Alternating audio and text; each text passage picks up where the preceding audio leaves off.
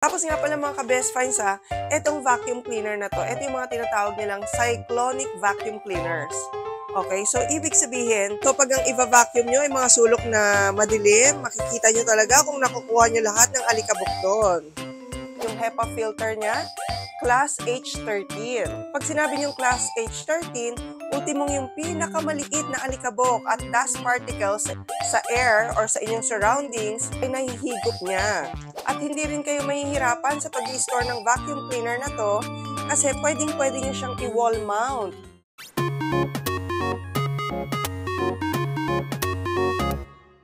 So kung dati mga ka-best finds, kilala ang Lotus Tools PH sa mga heavy-duty na power tools, ngayon ay nakikilala na rin sila sa mga powerful vacuum cleaners. So eto ang ating vlog ngayon mga ka-best finds ay tungkol dito sa kanilang latest na powerful vacuum cleaner, etong X30 Pro.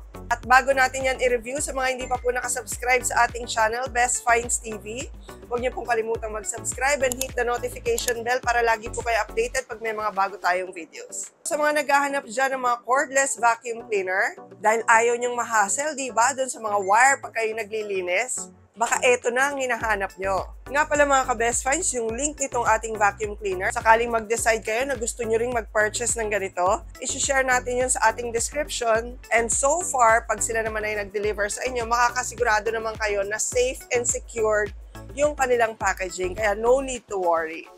So pag na-receive niyo yung inyong order, for example, nitong Lotus PH na X30 Pro, ganito ka-secured yung kanyang packaging. Talagang secured na secured siya nitong foam na to, kaya hindi talaga madadamage yung item nyo. Tapos syempre, ito yung kanyang manual.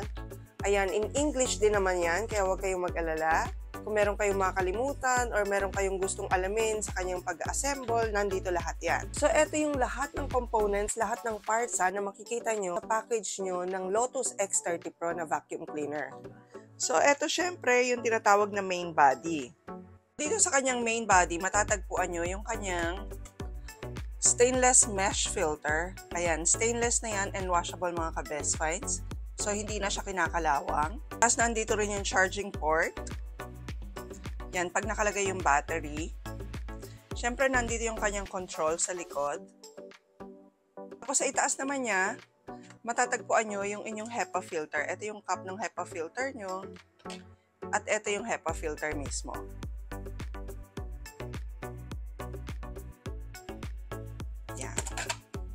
Yan yung meron sa inyong main body. Ang maganda rito sa vacuum cleaner na to mga ka-best finds hindi lang siya pang floor. So bukod dito sa kanyang floor brush para sa floor, ayan o, na movable, mamaya ipapakita natin yan during our demo. Meron din siyang long stick na katulad nito. Ayan, etong ganito mga ka-best finds, maggamit nyo to dun sa mga railings nyo, sa windows. Pag nag-aagyaw kayo mahalaga rin to. Tapos, eto naman yung para sa bed. Yan. So, all complete na nga siya. Pwede ito sa bed nga pala at pwede rin sa mga sofa, pwede rin sa car actually. Ito yung kanyang battery pack. Kanya nga palang battery ay 2,500 milliamperes na. At hindi rin kayo mahihirapan sa pag-i-store ng vacuum cleaner na to kasi pwedeng-pwede nyo siyang i-wall mount. So, para lang din kayong nag-store ng wales mga ka-best finds kasi space saver siya. Tapos, syempre, ito yung kanyang aluminum tube. Alloy na siya kaya heavy duty na talaga. At ito yung kanyang charger. So bukod pa doon mga ka-best finds, ang maganda rito sa Lotus X30 Pro, HEPA filter na siya. At yung HEPA filter niya, Class H13. Pag sinabi niyong Class H13, ultimong yung pinakamaliit na alikabok at dust particles sa air or sa inyong surroundings ay nahihigop niya. At ito nga palang filter na to ay replaceable din. Pero siguro mga a year or a year and a half bago nyo kailanganing palitan to. Of course, depende sa paggamit nyo. Doon din sa official store na shinare natin, doon nyo rin mabibili ang replacement ng filter na yan. Napakadali lang din naman yung i-assemble. Ayan, syempre i-connect nyo lang yung tube. Tapos depende nga kung saan nyo siya gagamitin. For example, dito sa floor. Ayan, so yun yung brush na i-connect nyo sa dulo. Tapos dito sa likod niya, dito nyo lang ilalagay yung kanyang battery pack. Ayan, napakadali lang ilagay. Okay. At eto nga palang battery niya mga ka-best finds. Pwede nyo siyang i-charge. Either naka-wall mount siya, nandito lang. Diyan nyo lang ilalagay yung kanyang charger. Or, pwede nyo rin siyang i-charge pag nakadetach siya. So, hilahin nyo lang yan. Kunyari, gusto nyo lang siyang i-charge o malayo yung outlet, pwedeng dito lang kayo mag-charge. Separately, di ba, ng battery. Tapos, eto naman yung kanyang light indicator kung puno na, kung fully charged na siya. So, pag sina-charge nyo siya separately, makikita nyo naman na nagbi-blink yung kanyang green light. Tapos, pag fully charged na yan, approximately 4 to 5 hours ang charging time nito, magi-stop na yan. Pag in-on nyo naman siya, ayan. So, makikita nyo rin dito mga ka-best finds kung gaano kataas pa yung charge nyo. Ayan yung first. Tapos, pag sina-charge nyo siya, yan naman yung ilaw hanggang dito. Dito yung fully charge niya. So, meron siyang 3 power capacity. Ayan. Diba? Parang electric fan lang, no? May 1, 2, and 3. Tapos nga pala mga ka-best finds etong vacuum cleaner na to, ito yung mga tinatawag nilang cyclonic vacuum cleaners. Okay, so ibig sabihin, hindi katulad ng mga ibang vacuum cleaners na nagde-depend sa mga dust bag. Etong vacuum cleaner na to, kahit na napupuno pa ng dust, yung kanyang dustbin, ng mga alikabok, diba, ng mga kalat, yung kanyang dustbin, ay hindi humihinto yung kanyang suction. So malakas pa rin yung suction niya. Yun yung advantage pag sinabing cyclone vacuum cleaner. Tapos ang maganda pa sa kanya mga ka-best finds, ayan, meron siyang ilaw. So pag ang i-vacuum nyo ay mga sulok na madilim, makikita nyo talaga kung nakukuha nyo lahat ng alikabok doon. Ayan. Dahil nga movable and adjustable, yung kanyang floor brush, ayan o, kita nyo naman, no sweat ang pagva-vacuum, walang masyadong effort. Ayan, kahit sa mga sulok-sulok, kahit sa ilalim, napakadali lang niyang i-maneuver.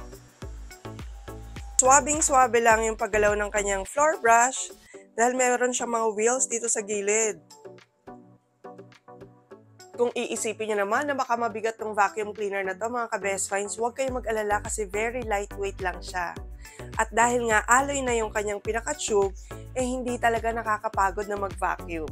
So kung sakasakali naman na gagamitin nyo siya for your bed or for your sofa, dahil nga meron siyang separate na brush, diba, para dito, napakadali lang din yung i-disassemble. So magpapalit lang tayo ng brush head. Ay.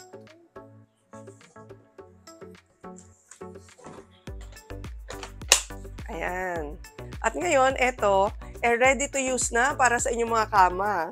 Tapos mga best finds, di ba pag glide lang tayo dun sa ating floor kanina, pero tingnan nyo, ang dami niya ng alikabok na nakuha. Ayan. Dahil nga HEPA filter siya, 0.3 microns daw nakukuha niya pa yung mga alikabok. At ang gamit nitong ating X30 Pro ay 3.0 brushless DC motor. At pag ganun yung motor na gamit sa isang vacuum cleaner, talaga namang mas strong siya at mas less noise pa siya. So ayan mga ka-best finds, maraming salamat sa panood ng ating product review ngayon nitong Lotus X30 Pro na vacuum cleaner. So ito yung latest ng Lotus na vacuum cleaner na cyclonic na. Tapos brushless DC motor pa siya kaya talaga namang sigurado kang powerful and heavy duty. So please don't forget to like the video mga ka-best finds. Yung link nga po pala nito, this is Lazada exclusive. Nakashare na po sa ating description at sa comment section. Sakaling gusto nyo rin at interesado rin kayo magkaroon ng cordless na vacuum cleaner sa inyong mga tahanan. Again, please don't forget to subscribe and hit the notification bell po dahil marami pa tayong mga best finds videos in the future. And we'll see you again next week, Best Finds. God bless!